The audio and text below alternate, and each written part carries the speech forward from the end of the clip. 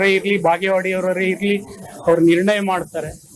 ಅವ್ರ ಕೈಯಲ್ಲಿ ಮಾತು ನಾನು ಕೊಡ್ಬೇಕಂತಕ್ಕಂಥ ದೃಷ್ಟಿಕೋನದಿಂದ ಇವತ್ತು ನಾನು ರೆಸಿಗ್ನೇಷನ್ ಕೊಟ್ಟಿದ್ದೀನಿ. ಸ್ಪೀಕರ್ ಅವ್ರಿಗೆ ವಿನಂತಿ ಮಾಡ್ಕೊಂಡಿದ್ದೀನಿ, ಅವ್ರು ಕರೆದು ಅವ್ರನ್ನೂ ಕೇಳಿ ಅವ್ರು ಏನ್ ರಾಜೀನಾಮೆ ಕೊಡ್ತಾರೆ ಅದಕ್ಕಿಂತಲೂ ಒಂದ್ ತಾಸು ಮೊದಲೇ ನಾನು ರಾಜೀನಾಮೆಯನ್ನೇ ಅಕ್ಸೆಪ್ಟ್ ಮಾಡಿ ಕಳಿಸಿ ಅಂತೇಳಿ ಅವರಲ್ಲಿ ವಿನಂತಿ ಮಾಡ್ಕೊಂಡು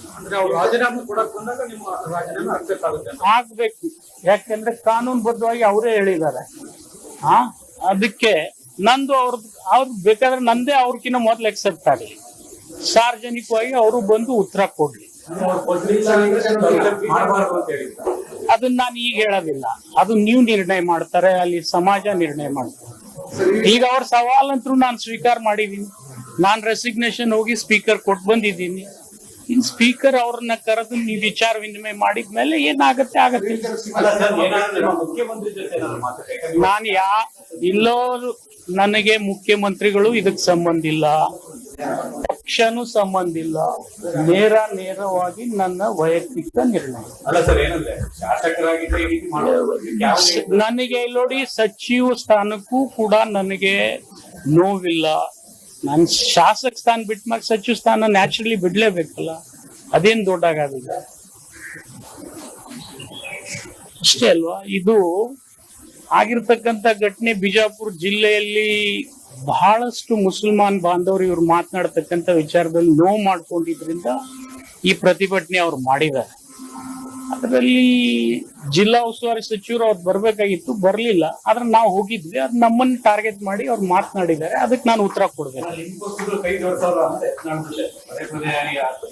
ಅದು ಅವ್ರ ವಿವೇಚನೆಗೆ ಬಿಟ್ಟು ಬಿಡ್ಬೇಕಲ್ಲ, ಅದನ್ನ ನಾನೇ ಹಂಗೆ ಹೇಳಿ. ಅವ್ರು ಬರ್ತಾರಂತೆ ಮುಸಲ್ಮಾನ್ ಬಾಂಧವ್ರು ಹೇಳಿದ್ರು, ಅವ್ರು ಬರ್ಲಿಲ್ಲ. ಅದಕ್ಕೆ ಅವ್ರು ಬಹುತೇಕ ಯತ್ನಾಳ್ ಅವ್ರು ನನ್ ಟಾರ್ಗೆಟ್ ಮಾಡಿರ್ಬೋದು. ನನ್ ಜೊತೆ ಹಿಂದಿ ಶಾಸಕರನ್ನು ಟಾರ್ಗೆಟ್ ಮಾಡಿದ್ದಾರೆ, ಬೇರೆ ಶಾಸಕರನ್ನು ಟಾರ್ಗೆಟ್ ಮಾಡಿದ್ದಾರೆ. ನೋಡೋಣ ಅದು ಮುಂದಿನ. ಇಲ್ಲ, ಅವ್ರು ಫೇಸ್ ಮಾಡ್ಲಿ. ರಾಜೀನಾಮೆ ಕೊಟ್ಟು ಬಿಜಾಪುರಕ್ಕೆ ಬಂದ್ರೆ ಬಿಜಾಪುರ ನಿಲ್ತೀನಿ, ಅವ್ರು ಬಾಗೇವಾಡಿಗೆ ಬಂದಿಲ್ಲ ಅಂದ್ರೆ ಬಾಗೇವಾಡಿಗೆ ನಿಲ್ತೀನಿ. ಓಕೆ,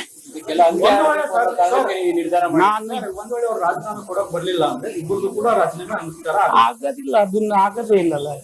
ಯಾರಾದ್ರೂ ಒಬ್ರು ಸವಾಲ್ ಸ್ವೀಕಾರ ಮಾಡ್ಬೇಕಲ್ಲ. ಅವ್ರು ನನಗ್ ಸವಾಲ್ ಹಾಕಿದ್ರು ನಾನು ಸ್ವೀಕಾರ ನಾನು ಗಡುವು ಹಾಕಲ್ಲ. ನಾನ್ ಡೆಡ್ ಲೈನ್ ಕೊಡೋದೇ ಇಲ್ಲ. ಅವ್ರು ಬಿಟ್ಟಿದ್ ವಿವೇಚನೆಗೆ ಜನ ನಿರ್ಧಾರ ಮಾಡ್ತಾರೆ. ಆಗತ್ತೆ 100%. ಬೇರೆ ಏನೂ ಇಲ್ಲ ಇದರಲ್ಲಿ. ಈ ಹೇಳಿಕೆಗೆ ಇದು ಪದೇ ಪದೇ ನಡೀತಾನೆ ಇತ್ತು. ನಿಮ್ಗೆಲ್ಲ ಒಂದ್ ಸ್ವಲ್ಪ ಜ್ಞಾಪಕ್ಕಿರ್ಲಿ, ನಾನು 3 ಪಕ್ಷದಿಂದ ಗೆದ್ದಿದ್ದೀನಿ.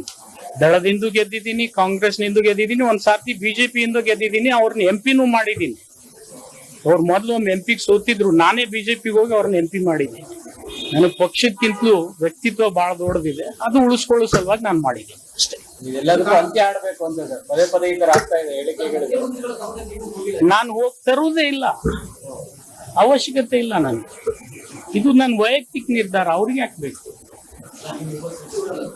ಅದು ನೋಡೋಣ ಆಮೇಲೆ.